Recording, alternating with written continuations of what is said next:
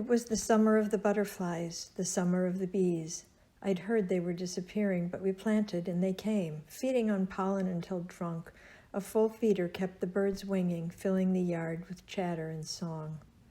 Yet there was darkness too. The plague rolled in like pea-soup fog, a blight on all it touched, and we trembled in our masks, fearful of the nightmares, fearful of the truth, fearful, really, for our lives. I miss you, Vienna. Miss you beyond all missing, prowling the streets, my camera's heavy on my neck, shoulders throbbing as I capture your beauty, taking it in, making it mine. And I miss you, Berlin, ache for your museums, your gardens and trees, your walls and their art, the remains of the wall. I've followed that brick line for miles, and yes, even that I miss. And you, Paris, I miss you too, your boulevards, your citizens, my muses, that light that shines nowhere else. Miss you like the flaneuse I am, wandering and wondering, speaking your language as my own.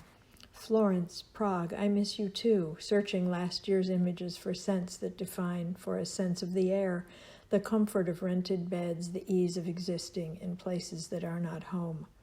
Europa, I miss you, capitals and countrysides, languages that roll like waves from strangers' mouths, composing the soundtrack of my travels, in turn, the music of my life.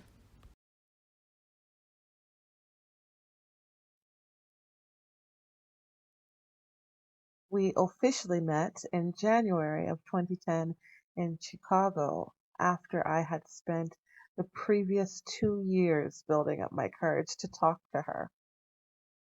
I had admired Susan's work from afar as a photographer, and I dreamed of exhibiting my work at her gallery, Flat File Gallery.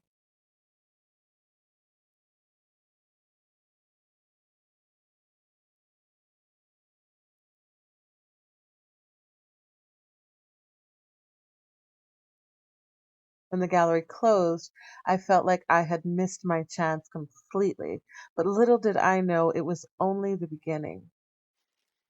Susan eased all of that nervousness in the first meeting and became my mentor and friend. In 2015, we even traveled to Poland together, and later she helped me to gain the confidence that I needed to travel India and to teach dance around the country for 2 whole months. I am so pleased to share this interview with you because Susan Aurinko and I are indeed kindred spirits. Awesome. Thank you so much for joining me, Susan. So glad to join you. I'm always happy to see your face. It's been too long since I've seen your face. Yes, I agree. So we should probably start off by talking about the very funny way in which we met, because I love this story. So I used to be afraid of you. Which baffled me. Baffled and amused me. Right? I even think I kind of stalked you once and watched you walk out of your gallery because I went in. I didn't know that. Yeah, I think I did. I think I remember seeing you walk out and I was like, oh my gosh, there she is. And I remember going in and looking around and being like, oh, I've got to just get my shit together and talk to this lady. And I had built you up in my head like so much. I just always admired your work. And oh my God, how old was I at this point? Like 22, 23, something around there. And you were just really showing me an example of like how I wanted my life to be and what I wanted to be doing. And you're so nice. Like it's ridiculous. It's ridiculous. I think I had like that Devil Wears Prada. Like I had this image of you in my head that like you were going to be amazing and evil. And oh, you're so funny. But I finally ended up writing you, and we finally ended up meeting, and now I consider you my mentor and my very good friend. And yeah, if I can talk to anybody about anything, it's definitely you're one of those people in my life now. So I'm really happy that I got over all of that. Me too. It's really funny and silly to think about, but Yeah, I think I was just young and wanting to be perfect, or wanting to have some sense of confidence about myself, and really wanted to approach you and really wanted to exhibit at your gallery, and you were so posh, and you were doing so much amazing things in the photography community. And as a woman photographer, I think you're always also kind of just looking for those people to model yourself after or to look up to, because women in photography in general is not something Yeah. that's celebrated. It's a very much a man's sport, you know what I mean? And men have always been sort of celebrated more. So I think that was also it. So actually, yeah, tell me a little bit about how you got started in photography and what some of your early influences were. I realized sort of recently that I really was fascinated with photography around the age of 10 and 11, but never pursued it, which is interesting because I found photos I took and I would, set up little, it's the same thing I do now, honestly. I would set up little scenarios and shoot them. And they were done with, a little brownie camera. So they're little square pictures like this. And then I kind of left it alone. I started painting and doing other forms of art. And I went to art school and I did a little bit of photography in art school just as one of the tools, one of the many tools, but didn't really get that into it. And I found a few of those photographs also. And there's a thread in my work that I'm only recognizing like after becoming a photographer full time. I'm recognizing this thread, which definitely is probably what led me to do film, and it's very cinematic. And that's sort of it's very bizarre because when I look at those very early photographs or the photographs I took while I was in art school, and I didn't have photography classes, I just used it as a tool. In my films, when I went to grad school for film, very well, I didn't go to grad school. I took grad classes. But anyway, I have a sort of storytelling way of making images, I think. And I think that that's something that stayed with me in whatever media I was working in, sort of. So then I became a designer. I designed clothing, I designed interiors. I did interiors for almost 20 years. And one day, our photographer, I was shooting houses that we did out of town. I was photographing them just for our records, and I enjoyed it. I liked it a lot. And then one day our photographer who was supposed to do our furniture line didn't show up, and we had a deadline. And it was a story in the Trib, and they wanted us to send pictures over of what we were doing, Diane and my partner and I. And so I started doing the photography. I photographed some of the furniture, and then I started photographing the home accessories, and then I started really getting into it. And soon after that, my partner moved away. And without working with her, it wasn't any fun. I said to my husband, I have to say, I don't want to go back to doing this alone. Interiors were only fun when I had a partner to do it with. And I think that I'm going to study photography. So this was in like 94. And I started small. I went to Harold Washington College, which happens to have the most beautiful dark room in the city. And all this for you and, photographer heaven. But I wanted to really learn the darkroom. I thought, and rightly so, that you really need to do darkroom in order to really truly understand photography. So I took a class, and I then talked to the teacher, and I said, I want to take a class again. And she said, you can't, but you can do independent study with me. And I said, well, what do I need to do? And she said, give me something at the end of the semester, a project or something. So I went, okay. So during that semester of independent study, I realized that how much I loved the darkroom, how much I loved photography. And I began to photograph performance. I was doing a lot of dance photography. And I decided I wanted a real photography education. So I enrolled in Columbia College, and I stayed there for 5 semesters. And, then I was working the whole time. I had a portrait studio that I set up and was doing that to pay for the very expensive hobby of photography, because a dark room, it is expensive.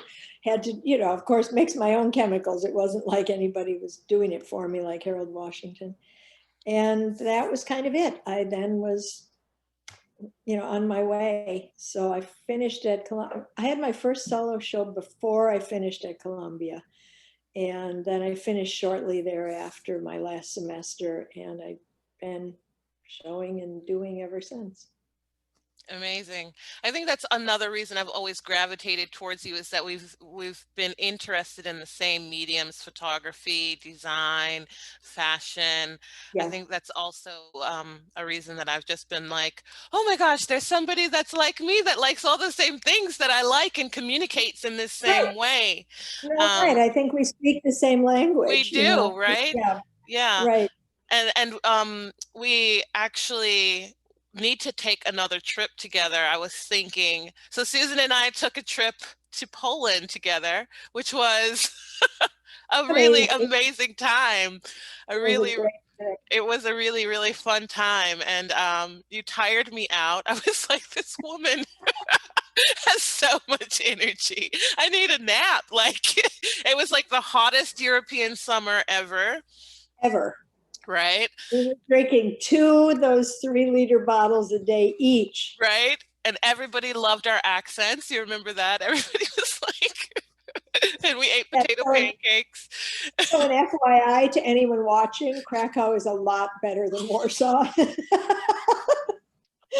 So In much better. so Yeah. many ways. I remember, do you remember we got off of I guess it was a train, and like there was this guy and this girl on a double, what do you call it? A two-seater bike, and they were Yeah. just smiling in the sun, and we were like, Krakow, yay! Warsaw Yeah. was a little bit depressing. Yeah, it was a little bit more Yes, difficult part of the trip, but we had posh accommodations, so that made up yeah, for we it. did. We definitely did. So I think one of the things that they should know, who's listening to this, is that neither you nor I generally travel with anyone. We Right. often generally travel alone, but we Yeah. did find together. And maybe that's because we both normally travel alone. I Yeah. don't know. I think when you like to travel by yourself, you are fine with giving the other person their space and also taking your space, and my problem with traveling with people is that most people like to run around and do and see everything. And I am kind of focused on whatever it is I came there for, Exactly. Exactly. So I think, Absolutely. yeah, I think we definitely had a really good time. And, yeah, I would love for us to do it again sometime.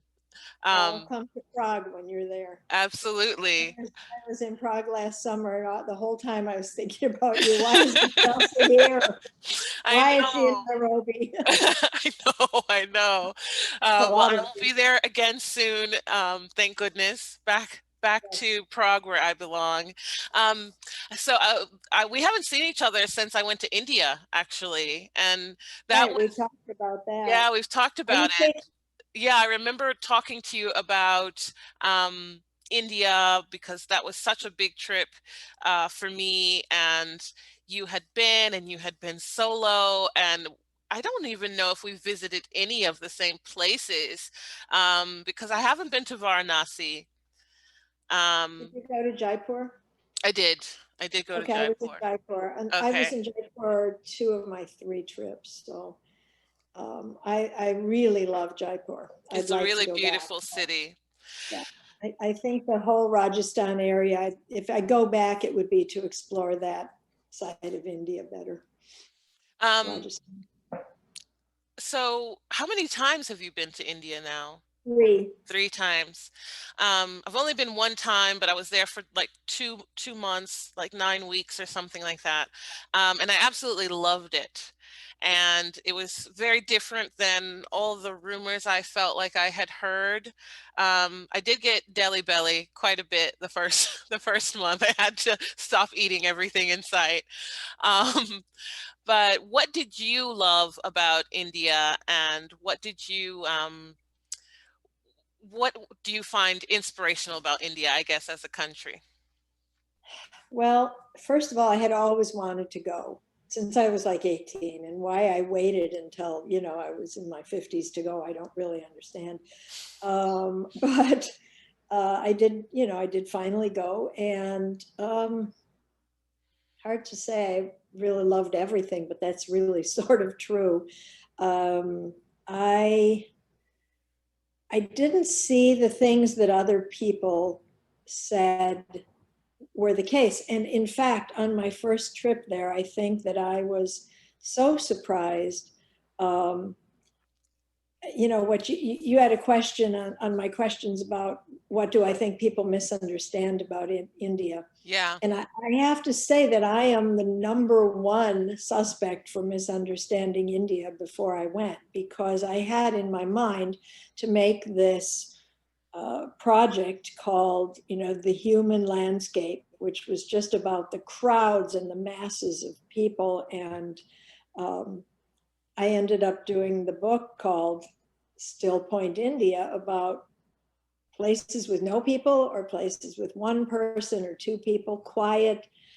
That's what I found, and realized very quickly two things. One, that it isn't, every inch is not filled with people, and though every inch is pretty much filled with color. And the second thing I learned was that why I took black and white film for my camera, I have no idea, because I started shooting, I shot about half of a 36 roll and said, what am I doing? This is all about color here. I need to do color. And luckily I had like 40 rolls of color, so that I thought I wouldn't use. So I ended up shooting in color. And for me, that was huge, because I had been shooting primarily in black and white, since for almost 20, 15, 20 years, almost entirely black and white and all analog. So the first two trips to India, I shot film almost entirely. The third trip, I shot both. I shot some digital and some film. The book is all images made with film. So I was pretty, strict about that. But I sort of blew apart my own myths about India by being there. And I know people who have gone who've absolutely hated it. They say it's so dirty, it smells. I don't have a problem with that. I just don't, I took pictures of things like, rubbish in a corner, because to me it was really beautiful rubbish, and it was like a still life of India. So, but on the other hand, I also take very different photographs in places than a lot of people do. Yeah. And it's a really gorgeous book. Thank Um, you. and yeah, thank you for encouraging me to go. And I think there's so much about violence against women, and it's I remember asking you, like, you go to India by yourself and you're okay, because um I'm not saying that violence against women doesn't happen, definitely, but I am saying that I did not meet this overwhelming sense of danger against Well, me nor as did a I. woman Nor did in I. India. I did see situations when I was in Holi, where the partying kind of got out of hand, and I was like, oh, okay, this is kind of how things can get carried away. Right. I'm also an outsider in the society as well, so it's not like I have personal Same as me. relationships, you Right. know? You and I both attract looks because we're Right. very different. And the thing that I did find disconcerting is that the men do look very closely. They have no filters at all. They'll Yeah. stare right at you and look you Yeah. up and down. It's a little bit unnerving. I Yeah. just kind of show how heavy my camera is. Right. I think also a lot of the violence happens in personal relationships, like in every country, right? So a lot of that is domestic situations. If you're traveling and you don't know somebody, then Right. A you're lot of that, not going to yeah, be at risk of a lot of that. a lot of what's going on now in India, and it is really bad right now, is brown on brown, Hmm. brown on brown sexual crime, particularly, Right. and violence against women. And yeah, I feel really sad about it. And I don't know that I would go alone again. Now, because of the way things are, it just makes me sad. Right. Well, we'll go together, and together We'll go we together. can take on anybody. They won't know which one of us to look at I first. know, right? What's going on here? Oh, do we get stares in Poland? I don't think we got so much looks, so many looks. No, I don't I think don't think we I got don't think too we many did. looks. I I think think in Warsaw, just because everybody's kind of standoffish in general in Warsaw. very, they're very So, sad. I do have one. If you think we have time, I do have a yeah, yeah. really sweet story that happened to me at Charnash, which is where the Buddha gave his speech at the Bodhi tree, and there's a museum there, and I was in the museum, and of course everyone was in there who was Indian, and there were a big group of school children with their teacher, and I would imagine they go to Sarnath as a field trip to learn.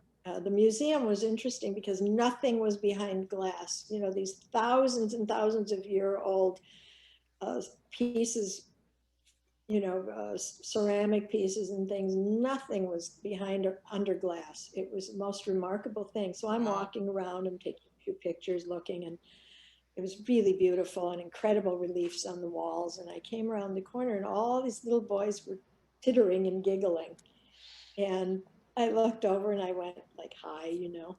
And then they giggled and hid away. And so there was something going on in the middle of the group that I couldn't see, and I couldn't tell what was happening because I'm not all that tall. And the teacher came over to me and said to me in English, I have a student who is an albino, and he's never seen anyone who looked like him in his whole life before. Oh my God. I nearly started to cry. It was so sweet. And he kind of came forward, but he was very shy and he wouldn't Oh. talk. But he just stared and stared, and all the boys were giggling at him because he was like, look, someone who looks like me. So amazing. Wow. That's One of the, really beautiful. those like heartwarming things that happen on our travels. You Yeah. had them too. We've shared a lot of those stories, but that one was so beautiful to me that he had never before seen anyone with his coloring. Wow. That's Pretty really, amazing. that's really, that's really beautiful. And it's moments like that that just make you so happy that you were there to be able Right? to that kid will remember that for the rest of his All his life. life. And Right. I'm sure in some ways he's been able to go forward with a little bit more confidence, knowing that he's finally seen somebody else that he can identify with Right. Not physically. the only one in the world. Right. Yeah, Exactly. that's really Yeah. cool. Yeah. Wow. So I love that that's story. a story you would love. I knew that. Oh, I love that story. Yeah, I think I also think it's really interesting to travel with you because we're so physically different. And I think when people discuss how they're perceived when they travel or when they're in different areas, they forget that how they look is also uh, uh, Right. has something to do with how they're being perceived. You as this very petite, blonde-haired white woman are perceived totally different in certain places than me as this very tall, very curvy. Sometimes I know that the stares that I get is not because I'm black, it's because I've got big boobs. And around these parts, that's not really going on so much. You know what I mean? So it's like, how we look sometimes it's we forget to when we are conveying these stories about what this country is like or how we were perceived in that country. It might be one thing.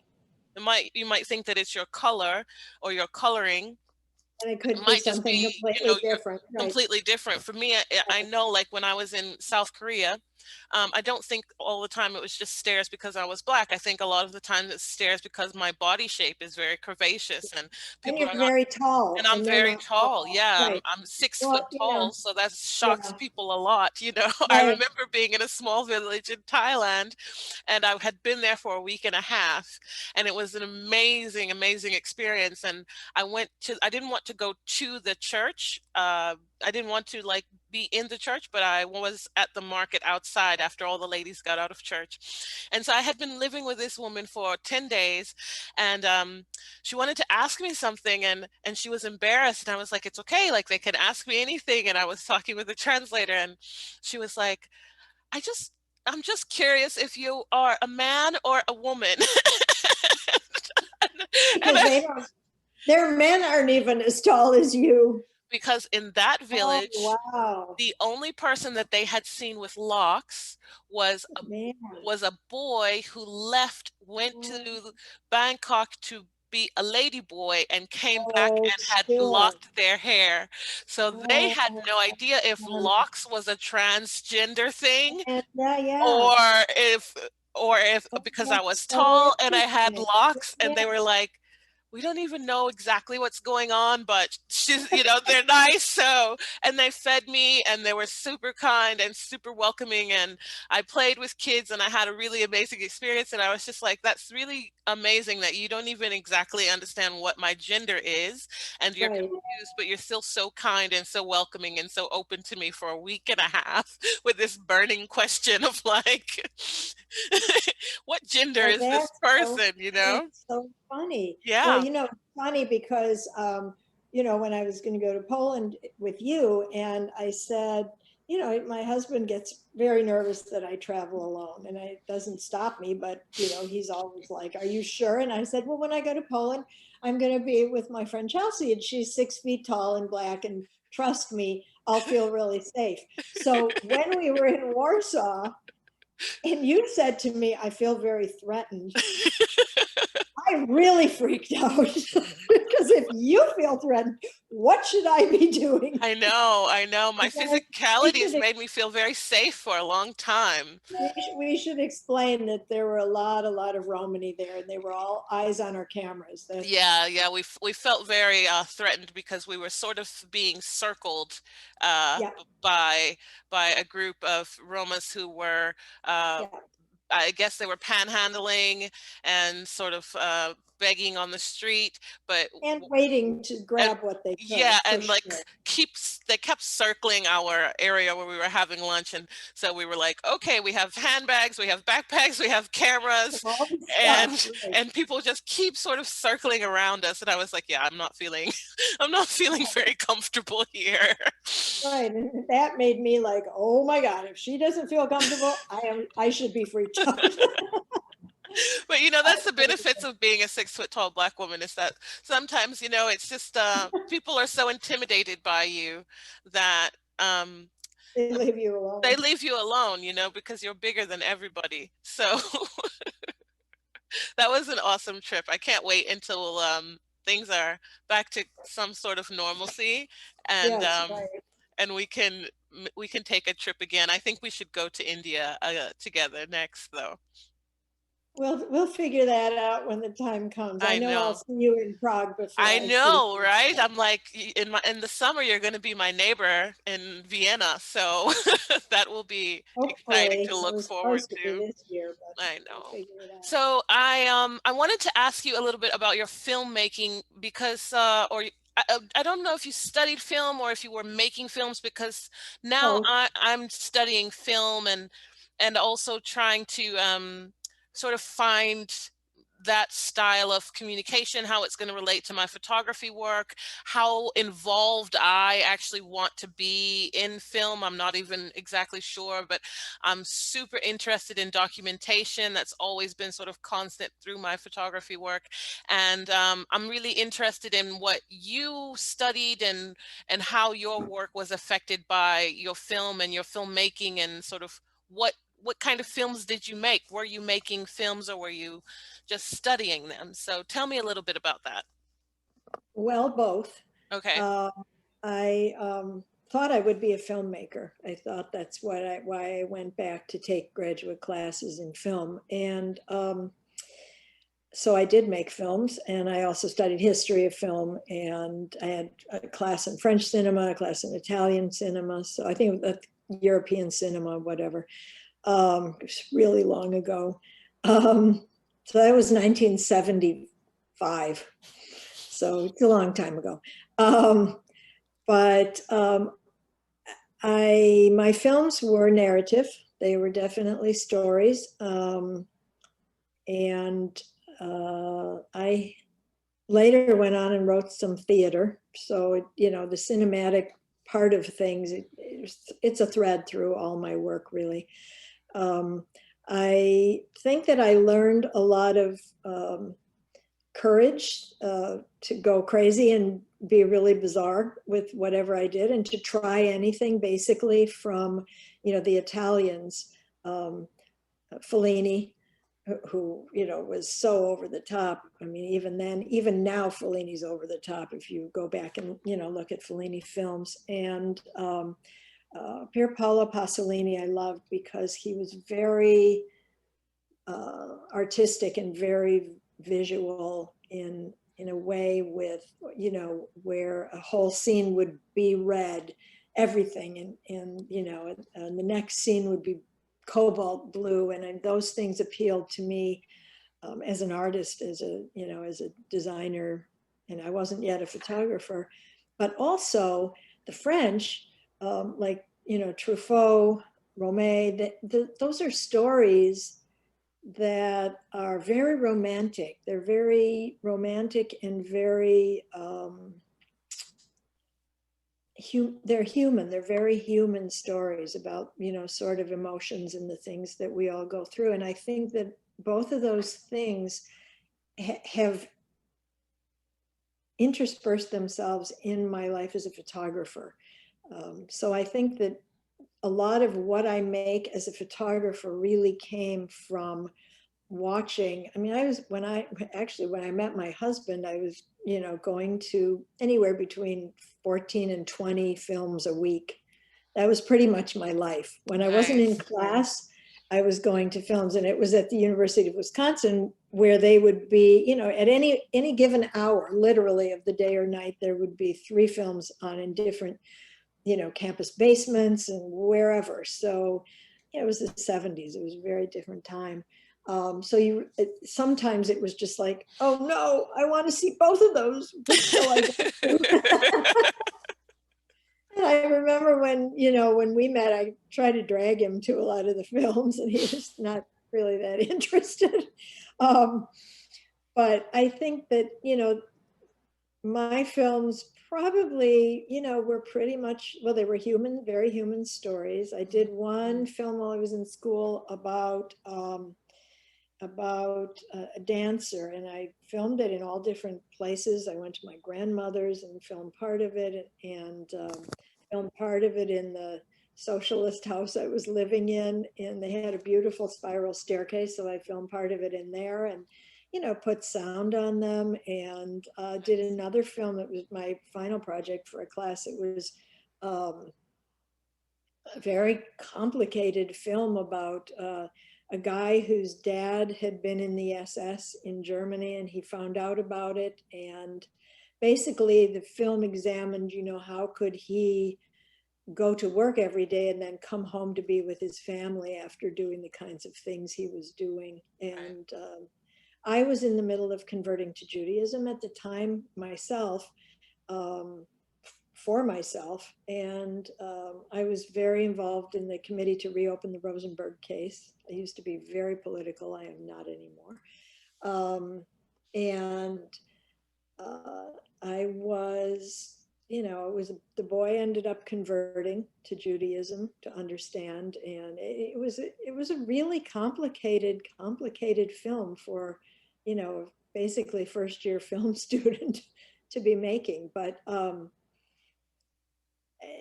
very narrative, always very much of a storyteller. And I think that that's also the same in my work now, my photography. You know, You know, where there's always so many similarities between us and our lives, and even places in the world where we have spent um, time. I completely forgot about you being in Wisconsin for some time, because I also spent time in Wisconsin in early 2000s. Yeah, that's really interesting to hear, because I've never really thought that I wanted to be a filmmaker, or maybe I've just not had enough experience making films to say like, oh yeah, this is what I should be doing. But I have started making some very small films, just as a way of sort of taking my travels and documenting it in some sort of aspect for myself, not really having some ultimate goal of what to do with it. But there's always, I feel, the travel that you're doing at that time, and then what's happening internally, and that makes the trip itself so special. Yeah, that's it's not just about what you're seeing and what you're where you're going at that time, but also what's going on internally in your life that's sort of impacting that trip. So I've started to kind of compile them into these little experimental documents for myself, or documentations for myself, just to have, because as I've been looking back, I'm like, oh gosh, this is what I was recording, but what was actually happening was this, and trying to Mm. just kind of find ways of keeping that, for whatever future reference I want to have it. But now I'm studying film and wondering, okay, well, where will I be going next with that, as I'm learning and getting new inspirations and seeing a lot of things. So yeah, it's really interesting to know that you were also making films at some point. Yeah, I would. I've actually done a few small videos, and there's a residency. Of course, this all came up, but there's a residency in France that I had visited a friend at, and I made some video while I was there. And I'd like to use part of that video as my proposal to take that residency at some point when we can Nice. finally do that again. And I would like to expand more into video. I guess, filmmaking is a whole different thing, but these are more video installation Right. pieces. Mm-hmm. Uh, and so, yeah, I have one about water. That's actually about a river, but yeah, but they're abstract. They're not narrative at Yeah. all. And I don't think that I want to get into narrative again. I think once I found photography, I was really happy, and I didn't feel like um, I had to make films, because I can do what I do in a film with one shot now. Right. Yeah. I And can that's make how I one. feel. Yeah, I feel can make very one. interested in video art and sound art more so than Right, making a like whole as film a or narrative right. story to pay attention to, although I greatly appreciate uh, observing that, but I don't feel the need to make a whole feature length film per Right. se. Well, Yeah. I did a screenplay with a friend in France over a period of a couple of years, and I'd love to get that film made, but I don't want to make it. Right. Yeah. I don't want to, Exactly. I don't want to direct it. I wrote it. Exactly, exactly. I feel like I would help Right, produce it. I feel right, like I'll exactly. be there to champion and to organize, Right, but I don't feel like I want to write it or direct it or right, even physically exactly. No, shoot it. I Yeah, don't want to be on set anymore. yeah, That was something that I loved when I was doing it. yeah. Gary and I were laughing. We were laughing.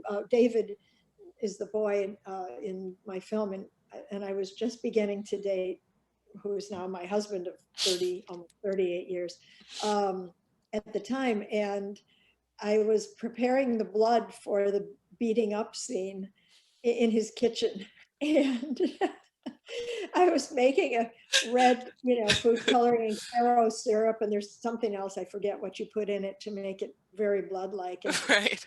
he brought that up, and I said, oh, I was getting the ketchup ready in your apartment. And he's like, no, honey, it was Caro syrup. And I started laughing so hard at just the thought that, the thought that he even remembered what I was making for my film. I was so into film, and he just, I guess he says he was just in awe of me. So he just kind of let me do my thing, and, but yeah, so Anyway, that's, yeah, so film, yeah, film is, I mean, I think, to be really honest with you, I think the filmmakers that influenced me influenced my photography more than they influenced my filmmaking. I Mm, love that. mm. And I only discovered that when I saw your question. Yeah, good, good. Oh, That's very interesting. I think another thing that I've always appreciated about you is how and something that I think has been a really important impact that you've had on me as an artist is that you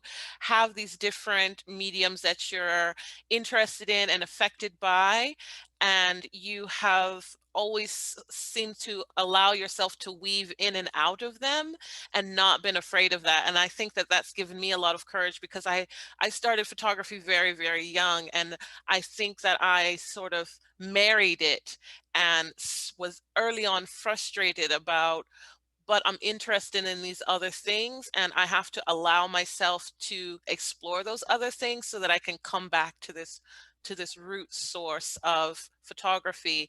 And if you don't allow yourself to open up and to explore those things, you stop yourself from growing in your photography or in whatever you feel like your main source of communication is. And you've been oh, able to do that with absolutely. throughout your career, and it's been a really great reminder for me that it's okay to cheat to cheat on Not on cheat on one with the other, right, but exactly.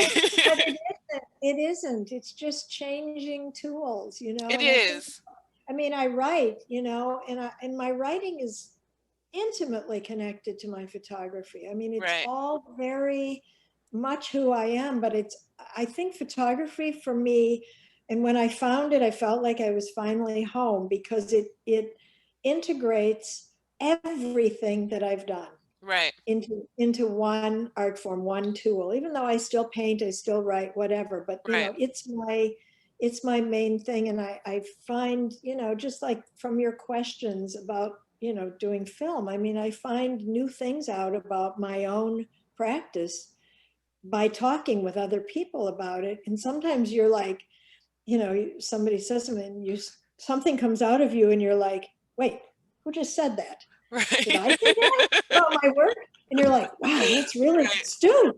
How right. amazing. Never thought of that before. Because Yeah, I think that's the other thing I would tell artists, you know, talk about your work with other people, you know, get a critique group together, even if you don't critique each other's work, just to bounce thoughts off of each other.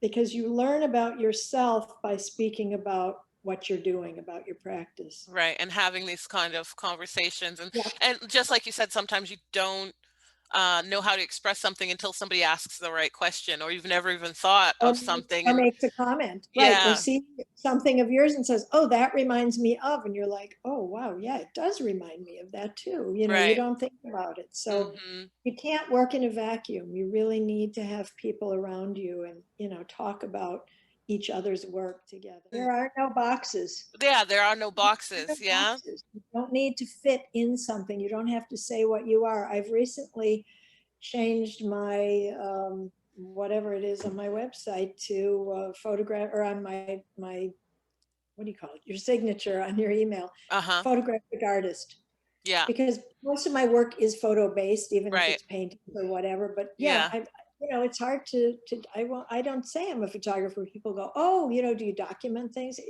I don't. I make art, and Right. photography is my tool. Right. Oh, Absolutely. right. Awesome. All right. I would like to ask you, I don't know if I've ever asked you this before. Um, so you do have this sort of like fearlessness as a woman and as a photographer. And I don't know if I've ever asked you if you've always been this way, or is it something that's sort of developed and where that came from. I do know you were very close with your mother. Um, so did some of this like strength that you have, because you're always like when I'm not feeling confident, you're like, Chelsea, you can do that. Shut up, you know? So where does that come from? I think it probably does really come from my mother. My dad was like really fearless in terms of, you know, trying new businesses and doing that kind of thing. But it wasn't the kind of,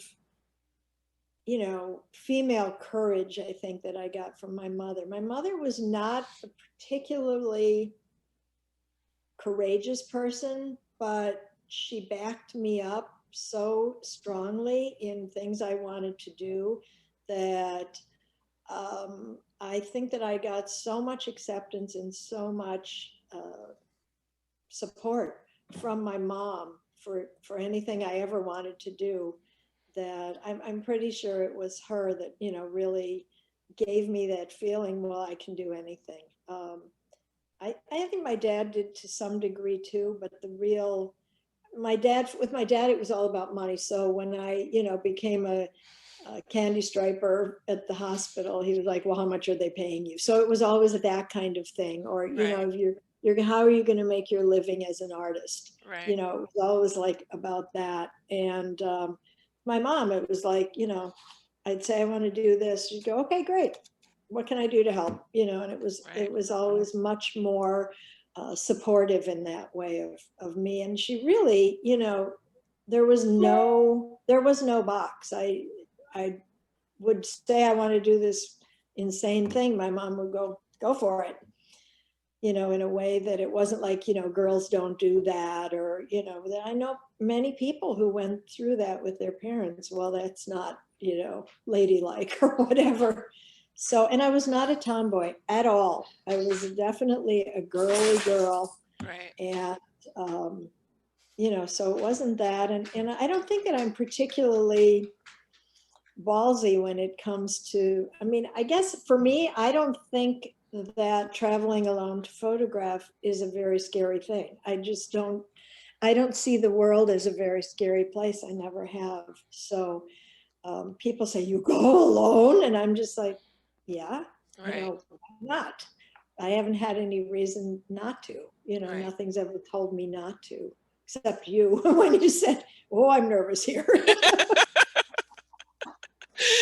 Like, I don't know, Susan, I don't know. But I am sort of amazed by, all the people who are so in awe of the fact that I, go away for a month at a time by myself. And I mean, maybe their husbands aren't cool and wouldn't let. I don't know. I don't know that dynamic because it's not the dynamic that my life has. It's not the way my daughter always think, oh, you're going to get kidnapped or something. Like, are you kidding me? I'm taking pictures. You're going to kidnap me. It's like, or I'll meet people, meet people on Facebook or whatever. And then I like meet with them in their country, when I get there. I've had Yeah. quite a few wonderful, wonderful times doing that. And, I guess you just can't go around being afraid of everything, I agree. Yeah. And so, yeah, so I don't even know if it's courage. It's just how I've always been. I mean, in terms of my work, I've always made exactly what I wanted to make and just hoped somebody would understand what it is that I'm doing, my projects. I'm really project based. So, come up with this idea and then I just carry through on it. And, often people do get it. Sometimes they don't. But Right. I'm not making work for them. I'm making work for me. Right. So Let's talk a little bit about your work, because I'm looking at everything in the new studio and I'm like so upset that I'm not there to I be in wish your you space, because I love being in your spaces. I Um, wish you were here. I know, I know. COVID, go away. Yeah, um, please go away. so tell me, what are you shooting now? Are you still doing a lot of analog? Are you doing more digital? What Doing more kind of digital, tools are you actually. using? What are you printing on? And you do so much in-camera work. Are you still doing a lot of that? Yeah, so you referred in your question about double exposures. They're not double exposures They're not. ever. They're Okay. all reflections. Okay. They're all reflections. I mean, the Joan of Arc work, you have the book, right? So that's different story. That was done digitally, manipulated, and so on, and layered. But my layerings of all of my work are done based on mirrors and reflections in glass. So sometimes, like the most layers I've gotten on one, I got a shot from Vienna that has 5 layers, arguably 6. Somebody pointed out there is that other thing that's reflecting off the glass on the back of behind this mannequin. So there may be 6, but none of them are done digitally. They're all, I mean, they're shot digitally, but nothing is, They're nothing, all they're not, reflections. None of them are double yeah, exposures. none of them are double exposure, and none of them are post, no photoshopping. It's how they are, and that's for me a huge challenge. It's work that I started, oh my god, it's probably close to 20 years ago that I shot the first reflections, and they were all with film. They were all black and white. And I'm working on my website right now, updating it, changing it, and I'm moving to Squarespace so that I can work on it myself. And I took a really big breath and decided to put the old work in a separate section from the new work because it's very different. It's almost all black and white. I used to shoot almost all my black and white through filters, through soft focus filters. So they feel very, very different. They're less dynamic and they're calmer. They're more cinematic, probably because they're black and white. The new work is, it's a challenge for me to get 5 layers. So it's really kind of bright and dazzling because that's what I'm after now. But it's interesting to see the two sections of that work together. They're on the same page, but I've separated the older work. Just, for me as a curator, I love seeing where something came from of an artist's work, so that, when I had the gallery, I'd be like, I want to see your old work too. And I don't see my old work. I'm like, I need to see your old work. I want to know where you came from. I want to know where this work came from. How did this, what's the genesis of the work you're doing now? So I feel the same about my own work. I like to look at the old work to see how the new work happened. Tell me about this exhibition that I have recently missed, which I really wanted to pop up and surprise you at. I know you told me that, and I was like, oh, I wish she had. Yeah. Europa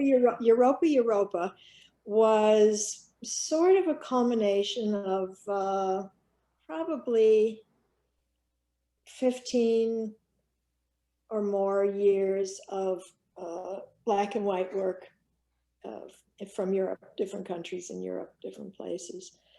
And it was, really, as my work tends to be, I guess, really romantic and really cinematic. And they were, really like little film stills, except that the gallerist wanted them made really large. So it was the first time I've seen my black and white street work large. It was kind of shocking to me when I first walked in, because there was a curator, and she had a guest curator curate my work, and he chose everything. But we were choosing from thumbnails and little images, and then I walked in and things were 2 by 3 feet. Wonderful. And framed, and they were done in an old way with mats. And well, they didn't have mats, so they were paper to the edge, but big white borders. And it was very stunning to me to see my work like that. And I kind of liked some of it, and I kind of didn't like other. And of the pieces that I sold from the show, they were the largest ones, which is just so funny to me. It was good for me to see the work like that, to see it big like that, because I had never seen it or done it that way. It was, some things were made shot analog and some were shot digitally, but they were all black and white. So tell me about, you're involved in a couple of different projects. So tell me a little bit more about Freshland Chicago and Case Art Fund. You're always like not only busy with your own work, but also working on other projects as well. How you have so much stamina, I don't know, because I'm already tired and I'm looking at you like, woman, are you ever still? And it's not even noon. Exactly. Okay, so Fresh Lens, I'm on the advisory board. It's my friend Shirley Nanini and Denise Orland. And it's a program for teaching photography to whatever we call underserved youth. It's absolutely fabulous. And I've been like talking on their panels and stuff since they founded the organization a few years ago. And I finally said, I think you should have an advisory board, and I think I should be on it. And they said, that's a really good idea. So we've managed to get some amazing advisors. I mean, people from Magnum and Noor and the New York Times. And, because honestly, it's a very easy thing to be on an advisory board. People don't have to give, it's not like a board. You don't have to give a lot of time. You have to be there if they have a question. Right. And that's a really helpful thing. And they're very new. It's a very young organization, but the kids are remarkable. I just bought 2 more photographs from this summer's group of kids. I can't get enough of this kids' work. It's so,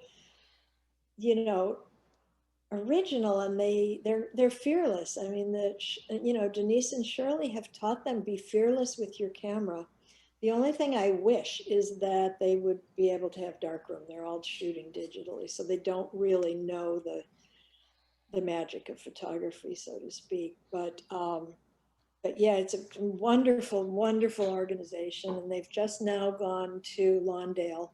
They're down on the south side. I think they have 3 different areas that they're working in, and the kids are just amazing. So if you go to their website, they have videos with the kids talking about what this has Oh, meant to great. them. It's fantastic. So Awesome. FreshLensChicago.org. And Case Art Project is, Case Art Fund, sorry, is Kathy Edelman's brainchild, and Annette Skogdahl. And Annette lives in Oslo. Hmm.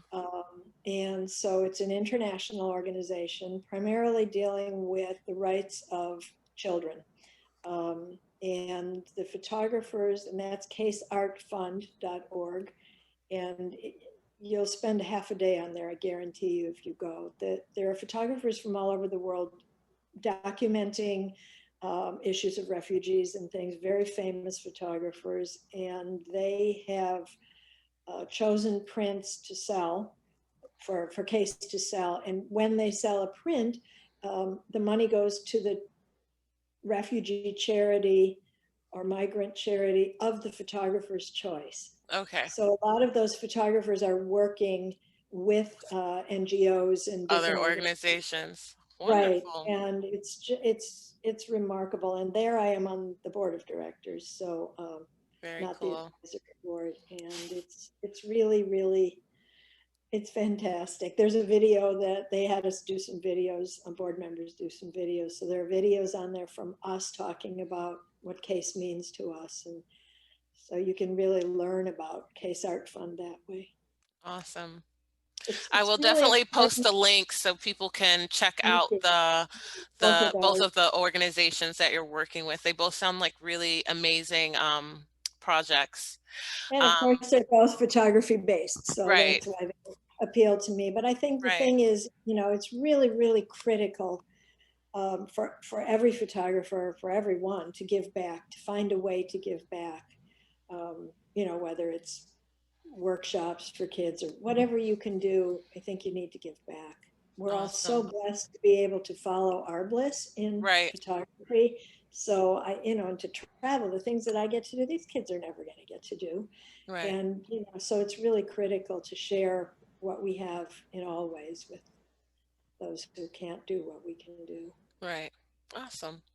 So before we go, I have to pick your brain because um, you are your gallery was so monumental to me. Like I just loved all of the work that you were showing and all of the amazing photography that you were highlighting. And so please share first maybe what kind of mistakes you see people make when they are maybe stalking you outside of your gallery is not the best way to, to make a good impression, or holding on to an email for 4 years before sending it off. Those might not be the best ways to to seek representation. So what are maybe some of the biggest mistakes that you see artists make when they're trying to approach galleries? And what's some of the best ways that artists can go forward and seek gallery representation from your professional point of view? Gallery representation means a really different thing these days. Mm-hmm. It's often online. That's, everything's up for grabs. We don't know if bricks and mortar will even be here after COVID. I think two things. You have to be fearless and, willing to put your work in front of somebody. I know it's your children, because it is your children.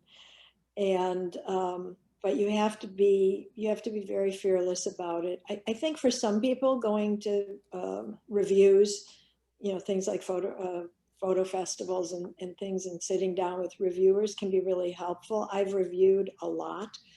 I did find a few artists that way, not a whole lot. I think mainly it's just to get, their take on your work. I've not done reviews myself. I don't really, I just make what I want to make. So I'm one of those weird people who, I don't think it would really do me any good to sit down in front of somebody and have them review my work. But some people get a lot of gratification from it and a lot of help from it. So I think I sort of prefer the other method, which is having a mentor and talking to that mentor about your work, and somebody you trust, whose work you like and trust. To me, that seems like a better way to work, and that's how I've always worked.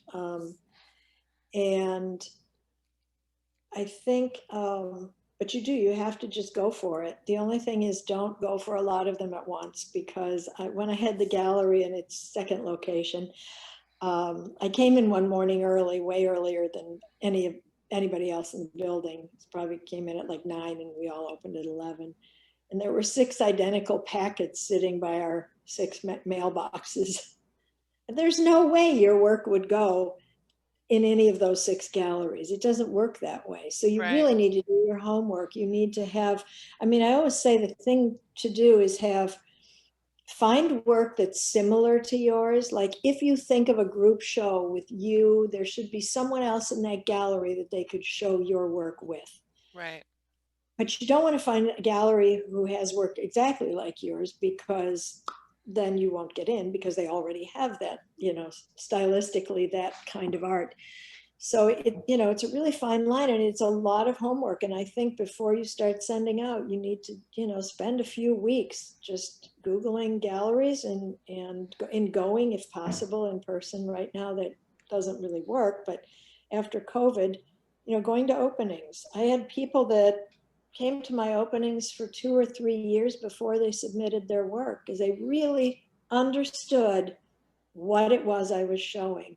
And I ended up, taking some of those people, because if they did the work ahead, they knew they would fit or they wouldn't fit. And if they Right. really believed they would fit, they then would approach. So I think that's really important. Knowing what fits, where you fit, I think Right. is absolutely critical. Otherwise, you're just wasting your time. You're wasting the gallery's time. In the entire 9 years of Flat File, I had never less than 20 portfolios come in a week, sometimes over 30 portfolios in a week, and most of them were not right for us, which means people didn't do their homework. So I think that's really critical. And then not bugging somebody. If the gallery says, well, not really interested now, but maybe I would be later. And I used to say this, but I think in most cases the artist should say it, is, keep me updated with what you're doing. Send me invitations if you have shows.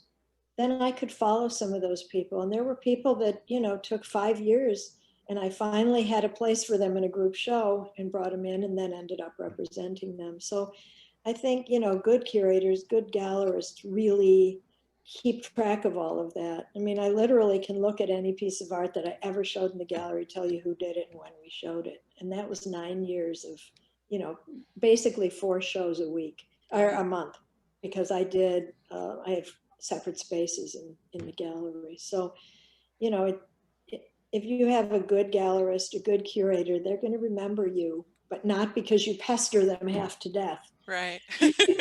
Because your work is speaking, and also if you see over time, I mean, sometimes I would see a spark and say, this person's really got something going on, this is really, but it's not there yet. And they only have 3 pieces of work. So I've had a big folder in my file, and I would keep track of, now it's so much easier. Now you just keep track of it digitally, and then sure enough, their work would mature, and then they'd be ready to have a show. And I'd get on touch and say, hey, you showed me work 2 years ago, and I really like the direction you're taking. And, let's put you in a group show. And people have to understand, you don't get in a solo show off the bat. Gallerists want to put you with other people and see how you sell, because that's important. That's how they pay their rent. Yeah. And then the last thing about galleries is never, ever, ever resent the 50% the gallery takes, because the gallery does so much for you. You have no idea how much the gallery does for you. Yeah. At one point, I had an artist come and complain about the 50%. And Trevor and I sat down and made like a pros and cons list, but it was a list of what you do for the gallery, what the gallery does for you. And mailed it to the artist, and they called and apologized and said, wow, you're absolutely right. Yeah. So I think, that it's really important to understand how hard they work for you. Yeah. And find your art home, and find where you belong, kind of. Right. Yeah. Exactly. Awesome. Well, thank you so much for your time. I'm so happy to see your face as always. Me too. It's been way too long. It feels actually unnatural to not have seen you physically for so long, because I know. we had quite a nice rhythm going there, but hopefully. No more wishbone. I know. But hugs to come. Hugs to come. Hugs to come. Sure. Thank you so much, Susan. I'm so happy to see you. I appreciate your time, and I will talk to you soon. And feel free to share my email if somebody has a question. Absolutely, will do. Okay. All right. Bye-bye. Bye, Chelsea.